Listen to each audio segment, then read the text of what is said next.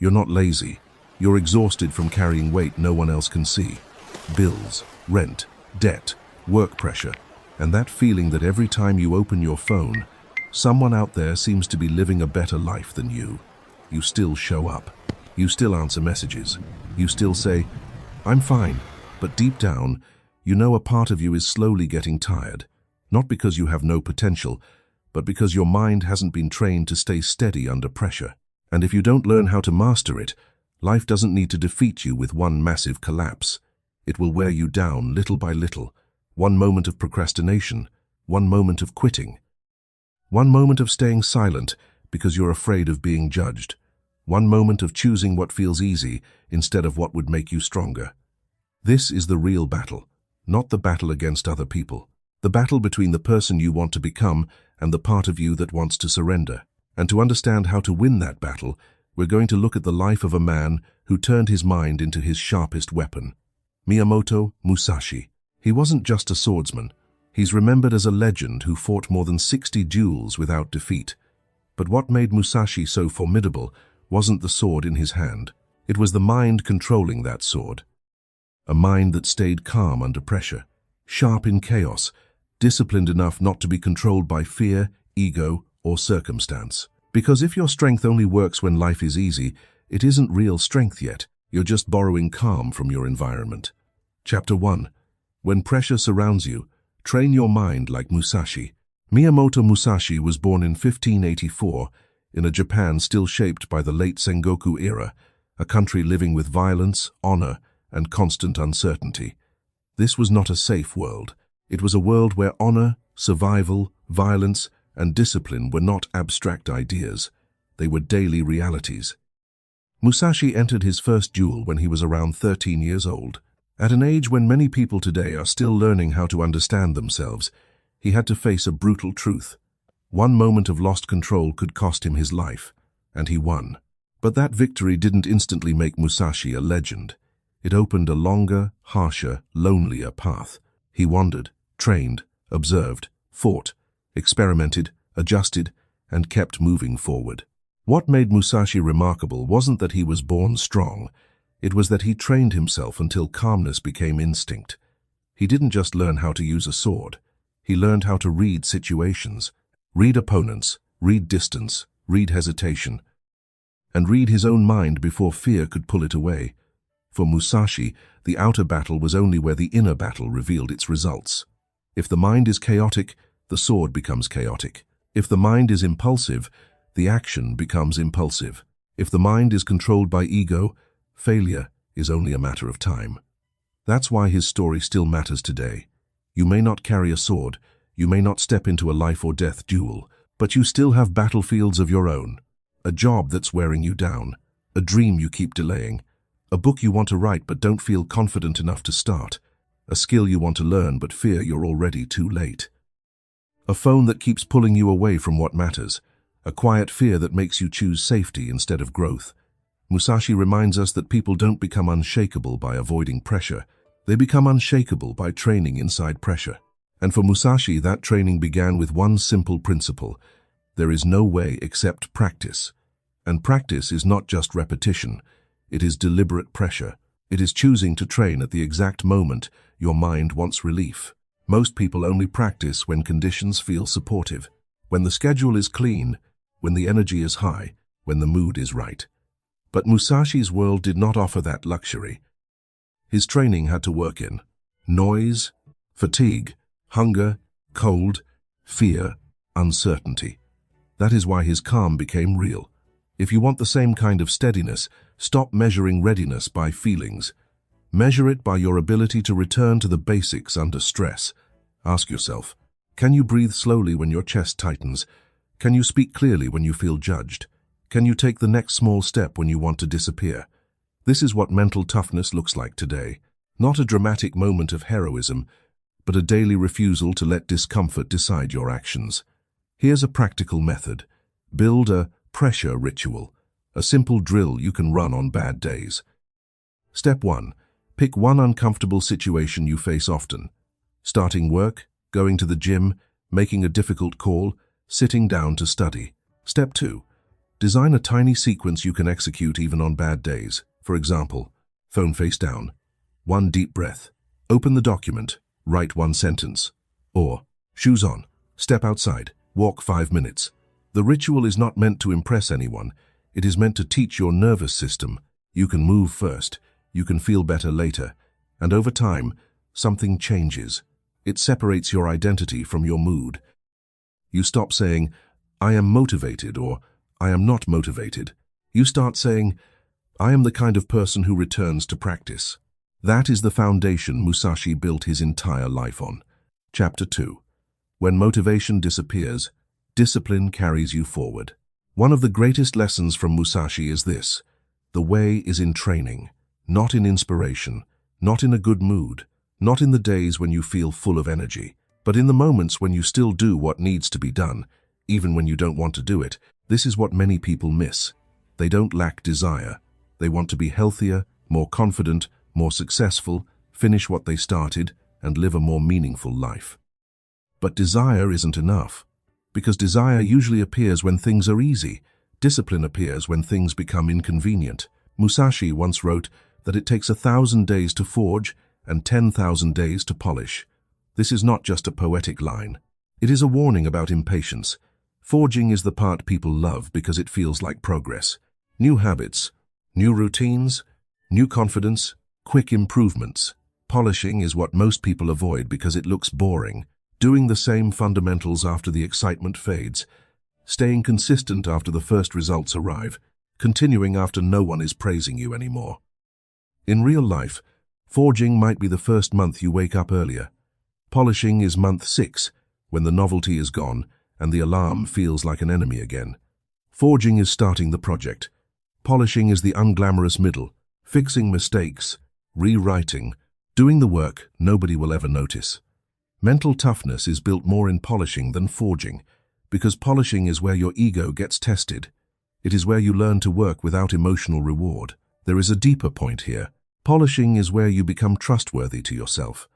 A person who only shows up when inspired is living on borrowed energy. A person who shows up even in the dull season is building a stable identity.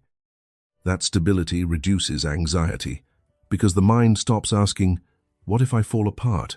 It starts remembering, I've handled this before, I can handle it again. So when motivation disappears, don't panic. Treat it like the weather. Weather changes, direction stays. Ask one simple question: what is the smallest version of the discipline I can keep today? That question keeps the chain unbroken, and an unbroken chain becomes strength. There is no shortcut to real steadiness. Musashi didn't train because he felt motivated every day. He trained because he understood that in a life-or-death moment, you can't rely on inspiration. You can only rely on what has been repeated long enough to become instinct, and that has to be true in every environment, not only when the room is quiet, not only when your schedule is perfect, not only when you have the right tools, the right mood, the right energy. If you can only be disciplined under ideal conditions, what you're building may not be true discipline yet. It may just be dependency disguised as standards. Modern life works the same way. One bad day doesn't break you, but a pattern of abandoning your promises does. One delay doesn't destroy your direction, but using procrastination to avoid fear eventually will. Mental toughness isn't built in glamorous moments. It's built on the mornings when you want to sleep in but still get up, on the nights when you're tired but still finish one small thing, in the moments when no one sees you, no one applauds you, no one praises you, but you still don't abandon yourself. And there's something important to understand. Discipline doesn't mean you have to be perfect all the time. There will be days when you can't complete the full plan.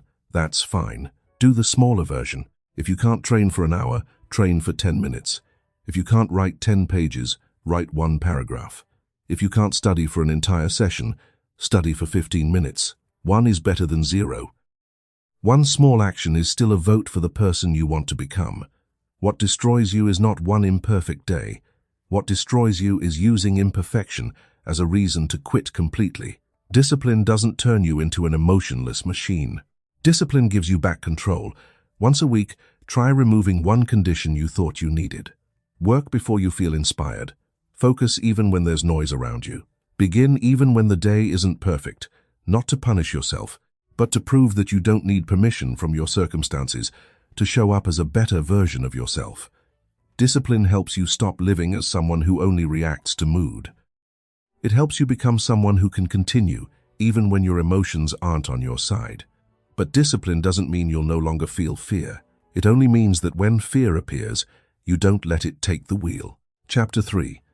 When fear makes your life smaller, act before you feel ready. There's a common misunderstanding about strength. Many people think strong people are never afraid, never anxious, never doubtful, never shaken under pressure. But that isn't strength. That's a false image. Strong people still feel fear. Musashi surely felt fear too. A person stepping into a real duel cannot be completely unaware of danger.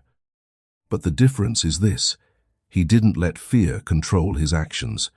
Fear appeared, but he still observed. Pressure appeared, but he still breathed. Danger appeared, but he still kept his mind sharp. That is mental toughness, not eliminating emotion, refusing to become a slave to emotion. Today, our fears rarely take the shape of a sword. They may look like an unanswered email, a difficult phone call, a job interview, a debt, a project you fear will fail, or starting over at an age when you thought you were supposed to have everything figured out. And the dangerous thing is that fear usually doesn't scream. It whispers. Do it tomorrow. I'm not ready. I'll look stupid. What if I fail? What if people laugh at me? If you listen to that voice long enough, your life slowly becomes smaller. Not because you're incapable, but because you allowed fear to define the size of your life. The truth is, you don't need to feel ready before you act. Action creates readiness. Most people reverse the order and trap themselves. They wait for confidence to appear before they start. But confidence is a result of proof, and proof only comes from action. That means the first step will often feel messy, awkward, exposed. You will not feel ready when you begin. You feel ready after you have begun enough times that your mind has evidence. Evidence that you can survive discomfort, recover from mistakes, continue anyway. Musashi understood this because every duel punished hesitation. Modern life punishes hesitation quietly, through missed opportunities, through delayed decisions, through the slow erosion of self-respect. When you repeatedly avoid what scares you, your mind learns a dangerous lesson. I cannot handle pressure. The fear grows, not because the danger grew, but because your identity became smaller. To break this cycle, you need a courage practice. Pick one fear that makes your life smaller. Train it on purpose, not reckless. Gradual. Examples. If you fear being judged, post something small, not perfect. If you fear difficult conversations, speak one honest sentence. If you fear failure, choose a project where the goal is learning, not winning. The point is to teach your mind. Fear can be present, and you can still move. And when you move, notice the real win, not the outcome. The fact that you did not run. That is how toughness is built. Not by never feeling fear, by refusing to obey it. But to move through fear, you have to see it clearly. And this is the next lesson from Musashi. Strength is not only about endurance, it is also about observation. Because in pressure, what you notice determines what you do next. Chapter 4. When your mind gets pulled away, reclaim your ability to observe. Musashi didn't win only through speed or strength. He won through observation. He read the breathing of his opponent, the distance, the hesitation, the tiny moment before someone attacked or lost control. He saw what was about to happen because he was calm enough to notice the signs. That is not tension. It is alertness without strain. Seeing without staring. Awareness without panic. Modern life is training people to lose this ability. It rewards speed, not awareness. It rewards reaction, not reflection. And the tragedy is this: a distracted mind feels busy while becoming weaker. If you cannot observe your own thoughts, you will confuse things. You will confuse impulse for truth. You will confuse anxiety for intuition. You will confuse the need for comfort with the need for rest. Observation is what stops those confusions. Think of observation like stepping back in the middle of a storm. The storm can still exist, but you stop being swallowed by it. You notice, my chest is tight, my jaw is clenched. My mind is telling me a story that I am behind. The moment you name it, you gain distance, and distance creates choice. Without observation, there is no choice. There is only automatic behavior. A simple training method is the 3-second pause. Before you respond to a message, before you open an app, before you speak in frustration, pause for 3 seconds and ask, what am I about to do? And why? This seems small, but it rebuilds your ability to steer. It also reveals patterns. You begin to see, you are not tired only from work. You are tired from constant switching, constant comparison, constant input. Musashi did not observe to become passive. He observed to strike at the right moment. In modern life, the strike is often a decision, to focus, to shut the phone, to say no, to do the hard task first, to apologize, to walk away. When observation returns, your life stops being a blur. It becomes something you can actually shape. We have too much information, but too little attention. We react quickly but observe poorly, so we miss the small signals. And sometimes, the clearest signal is already in your hand. Mental toughness is not only about enduring more, it is about becoming more aware. A trained mind doesn't live on autopilot. It knows when it's being triggered. It knows when silence is needed. It knows when an opportunity is real and when it's only a temporary attraction. It knows when to move forward and when to step back to preserve energy. At work, this ability helps you avoid being swallowed by chaos. When others panic, you look at the problem. When others blame, you look for the cause. When circumstances change, you don't only complain. You read the situation and adjust. In relationships, this ability helps you avoid unnecessary wars. You realize that sometimes the other person doesn't need a counter-argument. They need to be heard. You realize that sometimes winning an argument can mean losing a relationship. You realize that the right silence can be stronger than a sharp sentence. And with yourself, observation helps you see recurring patterns. Why do you keep procrastinating? Why do you get defensive when someone gives you feedback? Why do you start many things but rarely finish them? Why do you return to habits that weaken you, even when you know they're not good for you? When you don't observe yourself, old patterns keep controlling you quietly. When you dare to see yourself clearly, you begin to have the chance to change. Musashi looked at his opponent with the eyes of a warrior. You must learn to look at your own life with the eyes of someone who is awake. Because many defeats don't begin at the moment of failure. They begin much earlier when you ignore the small signs. But observation alone is not enough. Once you see reality clearly, you need another quality, the ability to change before life forces you to change. Chapter 5. When life doesn't go your way, turn reality into an advantage. Musashi understood that no single technique wins every battle. One method may work today and fail tomorrow. One strategy may carry you through one season and hold you back in the next. That is why he didn't cling to form. Musashi warned against having a favorite weapon.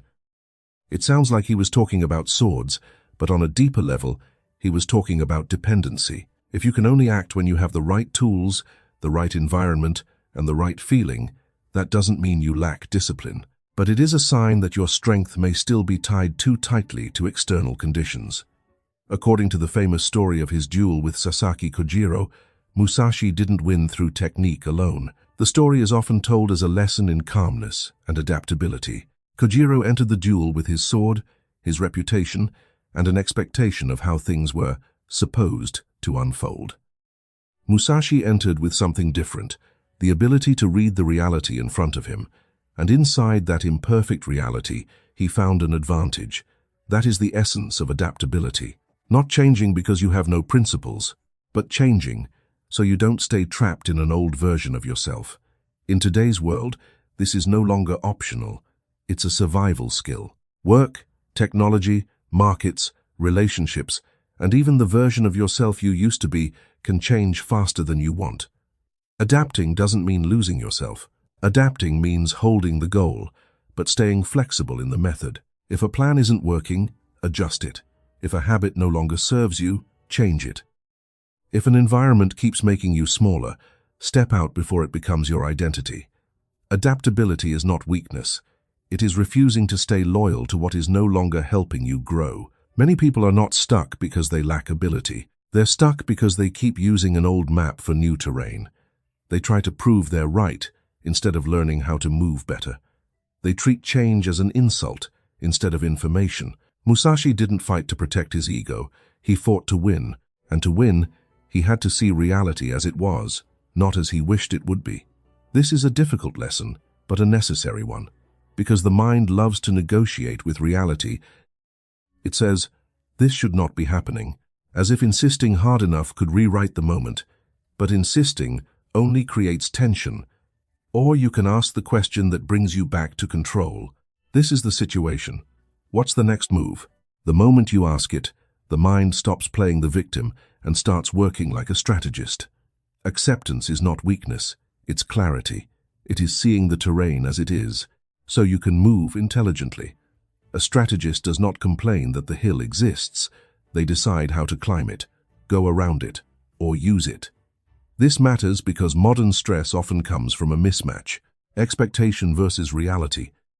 You expect constant motivation, perfect time, supportive people, a clear path, a stable mood. Reality gives interruptions, criticism, uncertainty, days where your mind feels heavy. Mental toughness is the skill of closing that gap without collapsing into bitterness. One way to practice adaptability is to treat problems as training constraints. If the day is chaotic, train focus in short sprints. If you are tired, train consistency with a smaller session. If people are difficult, train patience and boundaries. You are not pretending the situation is good. You are refusing to be defeated by the fact that it is not ideal. And if you keep doing this, something changes. You stop needing life to cooperate before you show up. You stop being fragile to conditions. That is the kind of freedom Musashi earned. Not freedom from hardship, freedom inside hardship. And for most people, this is the turning point. This is where life stops being something you endure and becomes something you train in. If the straight path is blocked, you find another route. If the conditions are imperfect, you use that imperfection to train adaptability. You don't need life to get easier before you start getting stronger. Failure is information. Rejection is information. Mistakes are information. Pressure is information. A fall is not a sentence. One criticism is not proof that you are worthless. One awkward beginning does not mean you don't belong on that path. It only means you're at the beginning of the training process. An untrained mind turns that information into a reason to quit. A steady mind turns it into a new strategy. And when you understand this, you begin to see modern life differently. Not as a series of problems working against you, but as a battlefield where you're being trained every day. Chapter 6. When life becomes your battlefield. You're not a samurai. You don't live in feudal Japan. You don't carry a sword through misty roads. But you have a battlefield of your own. The first battlefield is work. Deadlines. Performance pressure. An unpredictable boss. Competitive co-workers. Fear of being replaced. The feeling that you're trying so hard and still not doing enough. If your mind is untrained, you react by instinct. Criticism makes you defensive. Difficult tasks make you procrastinate. Pressure rises, and you panic. One small failure makes you question your entire worth. But when you build mental toughness, your response changes. You don't only ask, "Why is this happening to me?" You ask, "Where is this asking me to become stronger?" You don't blame immediately. You look at the part you can control. You don't let one bad day destroy the entire direction. You use it as a training session. The second battlefield is relationships. When people don't master themselves, emotions easily become weapons. They say hurtful things in anger. They use silence as punishment. They react from ego instead of truth. But a strong mind understands that self-control matters more than controlling other people. It knows how to listen, how to apologize, how to set boundaries, how to step away from an argument before it becomes a deeper wound. That is also the spirit of a warrior, not always attacking, but knowing when to lower the sword. The third battlefield is yourself. This is the hardest battlefield because no one sees it. No one knows how many promises you have made to yourself and broken. No one knows how many dreams you have delayed. No one knows how many times you wanted to begin but stopped because you were afraid of judgment. No one knows how many times you watched other people move forward and quietly felt small. But you know, and because you know, you can also change. Not through one dramatic decision, but but through small actions repeated long enough for your mind to begin trusting you again. So, where do you start? It doesn't need to be complicated. Start with one simple ritual. But remember, the ritual is not a productivity hack. It is a relationship with yourself. Many people are not struggling because they lack information. They are struggling because they no longer trust their own promises. Each time you say you will do something and then avoid it, you teach your mind, "My words are not reliable." Over time, that becomes low self-respect, and low self-respect becomes low courage. Musashi's discipline was not just about winning duels, it was about alignment. When a person is aligned, the mind and actions point in the same direction. There is less inner conflict, less self-betrayal, less wasted energy. That is why toughness often feels like peace, not because life is easy, but because you are no longer divided against yourself. So start with a ritual that is small enough to keep even when you are tired, but meaningful enough to matter. The goal is not intensity, the goal is consistency.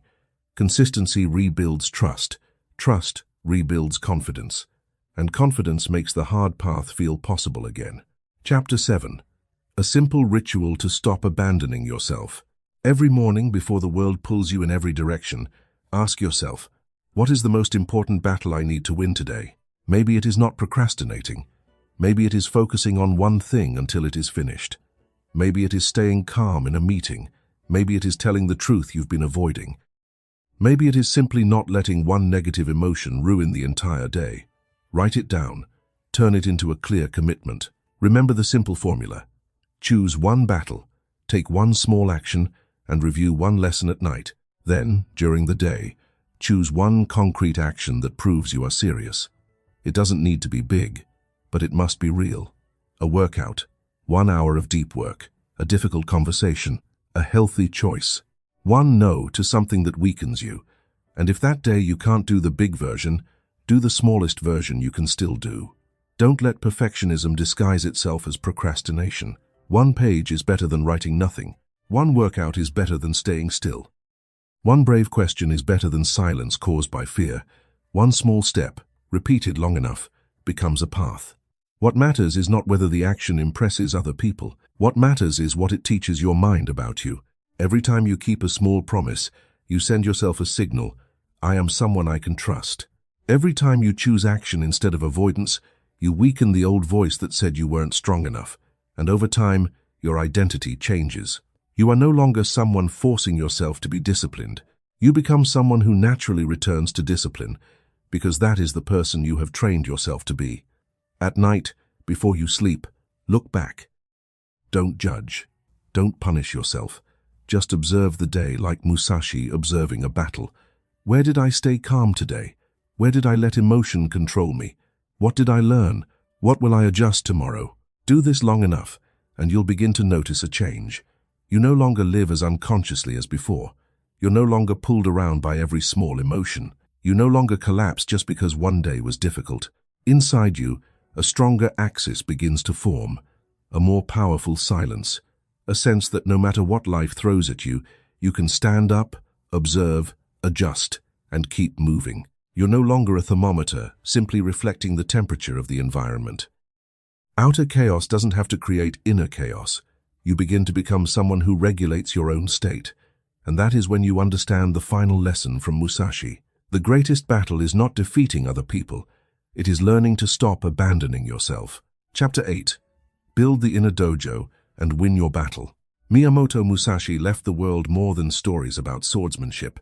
He left a reminder: the human mind can be trained to an extraordinary degree. Not through luck, not through words, not through vague desire, but through discipline, observation, courage, and adaptability. Your greatest battle is not out there. It is in the moment when you want to quit but continue. In the moment when you are afraid but act. In the moment when you could react with anger but choose clarity. In the moment when you look directly at your weakness and decide not to run anymore. You don't need to compete with everyone.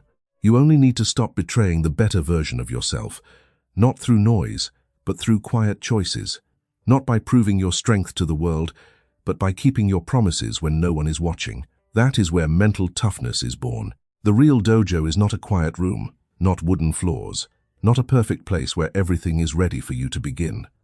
The real dojo is the space inside you, where you choose calm when life is chaotic, action when fear appears, discipline when no one is watching. Once that dojo is built inside you, no environment can easily take it away from you, not in comfort, but in confrontation, not in promises, but in action, not in one day, but day by day. The mind you build today will decide the battles you can win tomorrow. So, ask yourself, what battle will I win today? If you already have an answer, write it in the comments, not to impress anyone, but to turn it into a clear commitment. If this helped you rethink how you face pressure, hit like to save the reminder. And subscribe if you want more lessons on building a steadier mind. Then, don't just listen and leave it there. Begin. Not perfectly, not when you feel ready, just one step. Because the true warrior is not the one who has never been afraid. It is the one who has learned to keep moving, even while fear is still there.